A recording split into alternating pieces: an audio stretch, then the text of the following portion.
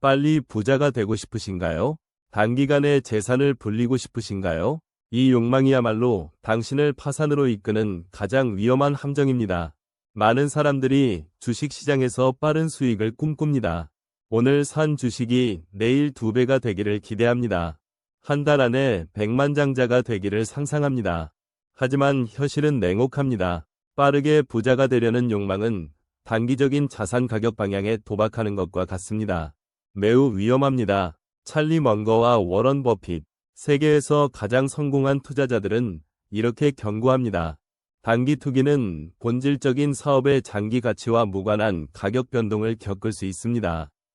주식 가격은 하루에도 수십 번 오르내립니다.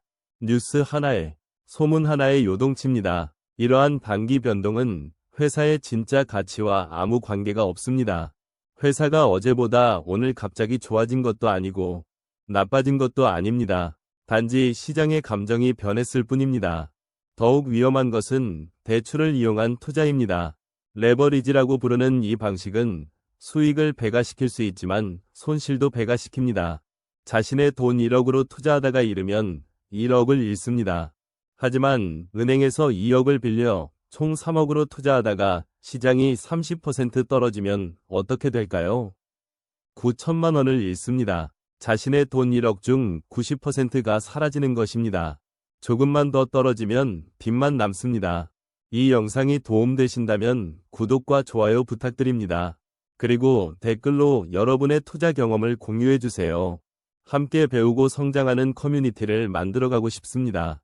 2008년 금융위기 때 수많은 사람들이 파산했습니다. 그들은 빨리 부자가 되려다가 모든 것을 잃었습니다.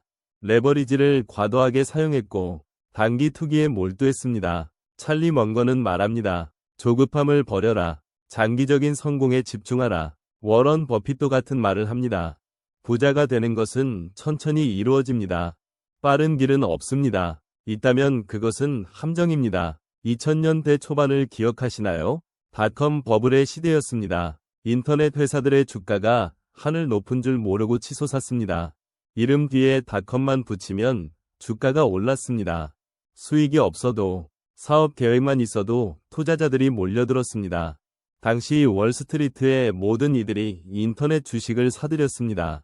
천문학적인 수익을 올렸습니다. 단기간에 백만장자, 억만장자가 속출했습니다. 하지만 찰리 먼거는 움직이지 않았습니다. 그는 솔직하게 인정했습니다. 나는 이 새로운 인터넷 비즈니스를 이해하지 못한다고. 이 비즈니스 모델이 어떻게 돈을 벌지 모르겠다고. 그래서 투자하지 않겠다고. 월스트리트는 그를 비웃었습니다. 시대에 뒤떨어진 늙은이라고 했습니다. 기회를 놓치고 있다고 조롱했습니다. 하지만 먼거는 흔들리지 않았습니다. 그에게는 명확한 원칙이 있었습니다. 능력 범위, 서클 오브 컴피턴스, 자신이 이해할 수 있는 범위 안에서만 투자하는 것입니다. 2000년, 2001년, 버블은 꺼졌습니다. 수많은 닷컴 회사들이 파산했습니다. 천문학적인 시가총액을 자랑하던 회사들이 하루아침에 사라졌습니다. 투자자들은 막대한 손실을 입었습니다. 그제야 사람들은 깨달았습니다. 찰리 먼거가 옳았다고. 그가 늙은이가 아니라 현명한 투자자였다고. 투자에서 가장 중요한 것은 무엇일까요? 높은 수익률? 빠른 성장? 아닙니다. 자신의 능력 범위를 아는 것입니다. 무엇을 아는지, 그리고 더 중요하게는 무엇을 모르는지 정확히 아는 것입니다. 먼거는 말합니다. 당신의 능력 범위가 얼마나 큰지는 중요하지 않다.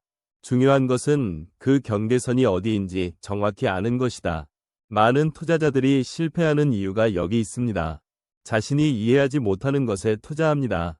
남들이 돈을 번다니까 따라합니다. 전문가가 추천한다고 믿습니다. 하지만 스스로 이해하지 못하면 위험합니다. 언제 팔아야 할지 모릅니다. 가격이 떨어질 때 불안해집니다. 결국 잘못된 결정을 내립니다. 찰리 먼거가 강조하는 투자 원칙이 있습니다. 매우 단순합니다. 멍청한 짓을 하지 마라. 그게 전부입니다. 복잡한 전략도 어려운 수학 공식도 필요 없습니다. 그저 멍청한 짓을 하지 않으면 됩니다. 하지만 이 멍청한 짓에는 두 가지 종류가 있습니다. 첫째는 적극적인 실수입니다. 잘못된 투자를 하는 것. 과도한 레버리지를 쓰는 것, 이해하지 못하는 것에 투자하는 것. 이런 실수는 눈에 보입니다. 대부분의 사람들이 경계합니다. 둘째는 소극적인 실수입니다. 먼거는 이것을 태만의 죄라고 부릅니다. 명백하게 좋은 투자 기회를 발견했음에도 행동으로 옮기지 않는 것. 기회가 확실함에도 너무 적게 매수하는 것. 이것이야말로 더 큰 실수입니다. 2008년 금융위기를 떠올려 보세요. 시장이 폭락했습니다. 훌륭한 기업들의 주가가 반토막, 3등분이 났습니다. 코카콜라, 존슨앤존슨, 프록터앤갬블 같은 세계 최고의 기업들이 헐값에 거래되었습니다. 이것은 명백한 기회였습니다. 하지만 대부분의 투자자들은 두려워서 사지 못했습니다. 더 떨어질까봐 걱정했습니다. 세상이 끝날 것 같은 공포에 사로잡혔습니다. 결과는 어땠을까요? 시장은 회복했습니다. 그 기업들의 주가는 몇 년 만에 몇 배가 되었습니다. 기회를 잡은 사람들은 부자가 되었습니다. 하지만 대부분은 구경만 했습니다. 태만의 죄를 저질렀습니다. 워런 버핏은 이렇게 말합니다. 좋은 기회는 자주 오지 않는다. 평생에 20번이 좋은 기회가 온다면 다행이다. 그래서 기회가 왔을 때는 대범하게 행동해야 한다. 소극적으로 굴면 안 된다. 많은 투자자들이 분산 투자를 핑계로 적게 삽니다. 위험을 줄인다는 명목으로 기회를 놓칩니다. 하지만 진짜 좋은 기회는 집중해서 투자해야 합니다. 물론 위험을 감수할 수 있는 범위 내에서요. 태만의 죄를 피하려면 용기가 필요합니다. 남들이 두려워할 때 담대해야 합니다. 확신이 있다면 행동으로 옮겨야 합니다. 어항을 상상해 보세요. 물이 가득 차 있습니다. 물고기들이 헤엄치고 있습니다. 어떤 물고기가 좋은 물고기인지 알기 어렵습니다. 모두 물속에 숨어 있기 때문입니다. 하지만 물을 빼면 어떻게 될까요? 물고기들이 드러납니다. 큰 물고기, 작은 물고기, 건강한 물고기, 병든 물고기, 한눈에 구별할 수 있습니다. 주식시장도 마찬가지입니다. 평소에는 어떤 기업이 진짜 좋은 기업인지 알기 어렵습니다. 모든 기업의 주가가 오르기 때문입니다. 호황기에는 나쁜 기업도 잘 나가는 것처럼 보입니다. 하지만 위기가 오면 다릅니다. 시장에 공황이 발생합니다. 투자자들이 패닉에 빠집니다. 모든 주식을 팔아치웁니다. 이것이 바로 어항에 물을 빼는 순간입니다. 물이 빠지면 진짜 좋은 기업들이 드러납니다. 위기 속에서도 견고한 기업, 현금 흐름이 탄탄한 기업, 경쟁력 있는 기업, 이런 기업들을 헐값에 살 수 있는 기회가 옵니다. 2008년 금융위기가 그랬습니다. 2020년 코로나 팬데믹 초기가 그랬습니다. 시장이 폭락했습니다. 투자자들이 공포에 떨었습니다. 장기적으로 수익을 가져다줄 자산에서조차 자금을 회수했습니다. 하지만 현명한 투자자들은 달랐습니다. 그들은 이 기회를 기다렸습니다. 물이 빠진 어항을 보고 있었습니다. 좋은 물고기들을 골라 담았습니다. 워런 버핏은 2008년 위기 때 수백억 달러를 투자했습니다. 골드만삭스, GE 같은 기업에 투자했습니다. 사람들은 그가 미쳤다고 했습니다. 세상이 끝나는데 왜 주식을 사느냐고 했습니다. 하지만 몇 년 후 그의 투자는 엄청난 수익을 냈습니다. 시장의 과도한 공포는 기회입니다. 모두가 팔 때 사는 용기가 필요합니다. 하지만 아무거나 사면 안 됩니다. 물이 빠졌을 때 드러나는 좋은 물고기만 골라야 합니다. 탄탄한 재무구조, 경쟁 우위, 좋은 경영진을 가진 기업 말입니다. 벤저민 그레이엄을 아시나요? 워런 버핏의 스승입니다. 가치 투자의 아버지라 불리는 사람입니다.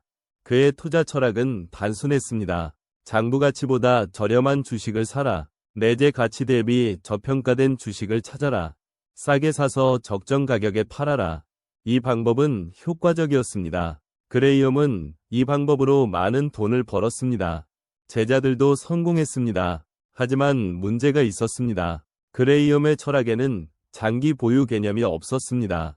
주식이 본질적인 가치에 도달하면 곧 매도해야 했습니다.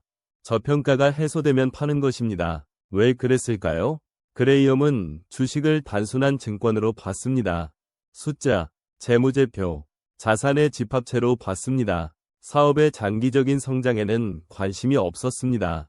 워런 버핏은 처음에 이 방법을 그대로 따랐습니다. 싸게 사서 적정 가격에 팔았습니다. 돈을 벌었습니다. 하지만 뭔가 아쉬웠습니다. 그가 판 주식들 중 일부는 계속 올랐습니다. 몇 년, 몇십 년 동안 계속 성장했습니다. 만약 팔지 않고 계속 보유했다면 훨씬 더 많은 돈을 벌었을 것입니다. 이때 찰리 먼거를 만났습니다. 먼거는 다른 관점을 제시했습니다. 싼 가격도 중요하지만 회사의 질이 더 중요하다고 했습니다. 평범한 회사를 싼 가격에 사는 것보다 뛰어난 회사를 적정 가격에 사는 것이 낫다고 했습니다. 뛰어난 회사는 시간이 지날수록 가치가 증가합니다. 경제적 혜자가 있습니다. 경쟁 우위가 있습니다. 브랜드 파워가 있습니다. 이런 회사는 장기간 보유할수록 더 큰 수익을 냅니다. 버핏과 먼거는 투자 철학을 발전시켰습니다. 그레이엄을 넘어섰습니다. 뛰어난 회사를 적정 가격에 사서 영원히 보유하는 것. 이것이 그들의 새로운 철학이 되었습니다. 1929년 10월 미국 주식시장이 폭락했습니다. 대공황이 시작되었습니다. 주가는 90% 가까이 떨어졌습니다. 수많은 사람들이 파산했습니다. 자살하는 사람들도 있었습니다. 벤저민 그레이엄도 그 속에 있었습니다. 젊은 투자자였던 그는 막대한 손실을 입었습니다. 거의 모든 것을 잃었습니다. 이 경험은 그에게 엄청난 트라우마를 남겼습니다. 평생 그를 따라다녔습니다. 그의 모든 투자 방법론은 이 트라우마에서 나왔습니다. 폭락을 방지하기 위한 것이었습니다. 다시는 그런 손실을 겪지 않기 위한 것이었습니다. 그래서 그는 안전 마진을 강조했습니다. 내재 가치보다 훨씬 싸게 사야 한다고 했습니다. 50센트짜리를 25센트에 사야 한다고 했습니다. 그래야 위험을 줄일 수 있다고 믿었습니다. 하지만 이 공포는 그에게 기회비용을 안겼습니다. 장기적인 사업 성장에 따른 이익을 보지 못했습니다. 주식 가격이 오르면 서둘러 팔았습니다. 다시 폭락할까봐 두려웠기 때문입니다. 만약 그레이엄이 코카콜라를 샀다고 가정해봅시다.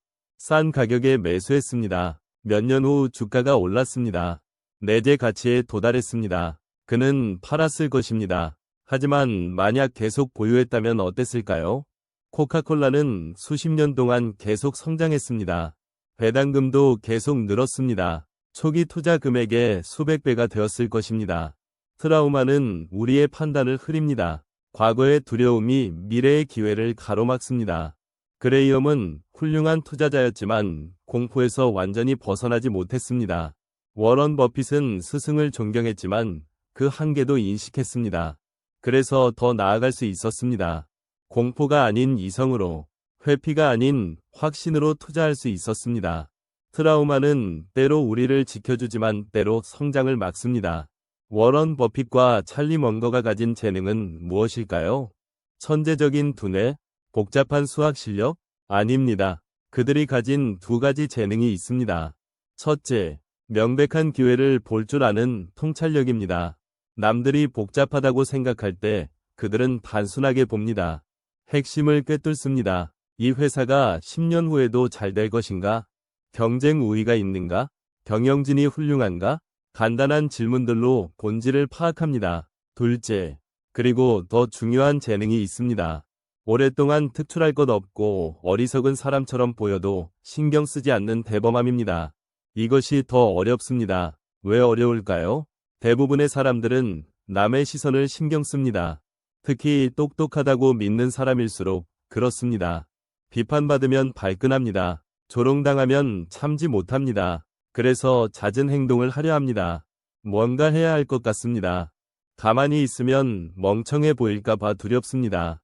버핏은 달랐습니다. 1990년대 후반 닷컴 버블 시기를 기억하시나요? 모두가 인터넷 주식에 열광했습니다. 기술 주가 하늘 높은 줄 모르고 올랐습니다.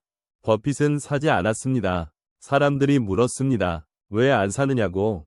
기회를 놓치고 있다고. 시대에 뒤떨어졌다고. 언론도 비판했습니다. 워런 버핏의 시대는 끝났다고. 늙은 투자자의 고집이라고. 하지만 버핏은 흔들리지 않았습니다. 자신이 이해하지 못하는 것에는 투자하지 않았습니다. 남들의 눈을 신경 쓰지 않았습니다. 몇 년간 바보처럼 보이는 것을 감수했습니다. 결과는 어땠을까요? 2000년 버블이 터졌습니다. 인터넷 회사들이 줄줄이 파산했습니다. 그를 비판했던 사람들은 막대한 손실을 입었습니다. 버핏은 멀쩡했습니다. 그제야 사람들이 인정했습니다. 그가 현명했다고. 이것이 진짜 재능입니다. 남들이 뭐라 하든 자신의 원칙을 지키는 것, 어리석어 보여도 참는 것, 대중의 비판을 견디는 것, 쉽지 않습니다. 하지만 성공적인 투자를 위해 반드시 필요합니다. 시청해주셔서 감사합니다. 주식시장은 단기적으로 미쳤습니다. 호황이 오면 모두가 흥분합니다. 영원히 오를 것처럼 행동합니다. 집을 담보로 주식을 삽니다. 대출을 받아 투자합니다. 이번엔 다르다고 믿습니다. 하지만 역사는 반복됩니다. 호황과 거품이 영원할 것이라는 착각은 항상 깨집니다. 1929년 대공황, 2000년 닷컴 버블, 2008년 금융위기, 모두 같은 패턴입니다. 과도한 낙관, 비이성적 열광, 그리고 폭락. 버블이 붕괴할 때 주가는 급락합니다. 반토막, 3등분, 때로는 90% 이상 떨어집니다. 투자자들은 패닉에 빠집니다. 세상이 끝난 것 같습니다. 하지만 제프 베이조스가 말했듯이 중요한 진실이 있습니다. 주가가 떨어졌다고 해서 기업의 본질적인 가치가 훼손되는 것은 아닙니다. 아마존의 주가가 90% 떨어진 적이 있습니다. 닷컴 버블 붕괴 때였습니다. 하지만 아마존이라는 회사 자체는 변하지 않았습니다.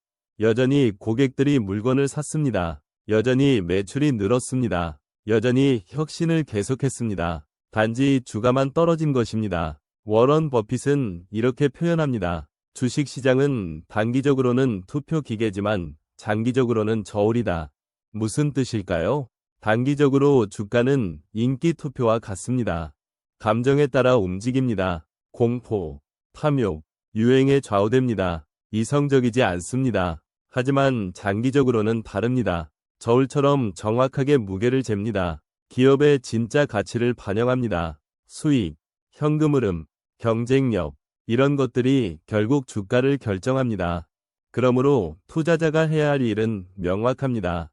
단기적인 가격 변동에 흔들리지 마십시오. 투표에 신경 쓰지 마십시오. 대신 기업의 가치를 높이는 데 집중하십시오. 좋은 회사를 고르십시오. 경쟁 우위가 있는 회사, 훌륭한 경영진이 있는 회사, 장기적으로 성장할 수 있는 회사를 선택하십시오.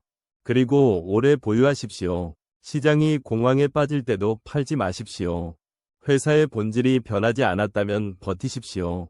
결국 가격은 가치를 따라갑니다. 저울은 정확합니다. 시간이 걸릴 뿐입니다. 지금까지 8편에 걸쳐 찰리 먼거와 워런 버핏의 투자 철학을 살펴봤습니다. 빨리 부자가 되려는 욕망의 위험성, 능력 범위의 중요성, 태만의 죄를 피하는 법, 위기의 기회를 잡는 법, 가치 투자의 진화, 트라우마를 넘어서는 법, 대범함의 필요성, 그리고 가치에 집중하는 법. 이것들이 그들을 세계 최고의 투자자로 만든 원칙들입니다. 이 영상이 도움되셨다면 구독 버튼을 꾹 눌러주시고 좋아요와 알림 설정도 부탁드립니다. 그래야 더 많은 투자 지혜를 여러분께 전해드릴 수 있습니다. 댓글로 여러분의 투자 원칙과 경험을 나눠주세요. 함께 배우고 성장하는 투자자 커뮤니티를 만들어가고 싶습니다. 다시 한번 시청해주셔서 감사합니다. 여러분 모두 현명한 투자자가 되시길 진심으로 기원합니다. 조급함을 버리고 장기적 관점으로 능력 범위 안에서 확신을 가지고 기회가 왔을 때 대담하게 그리고 가격이 아닌 가치에 집중하며 투자하시길 바랍니다. 감사합니다.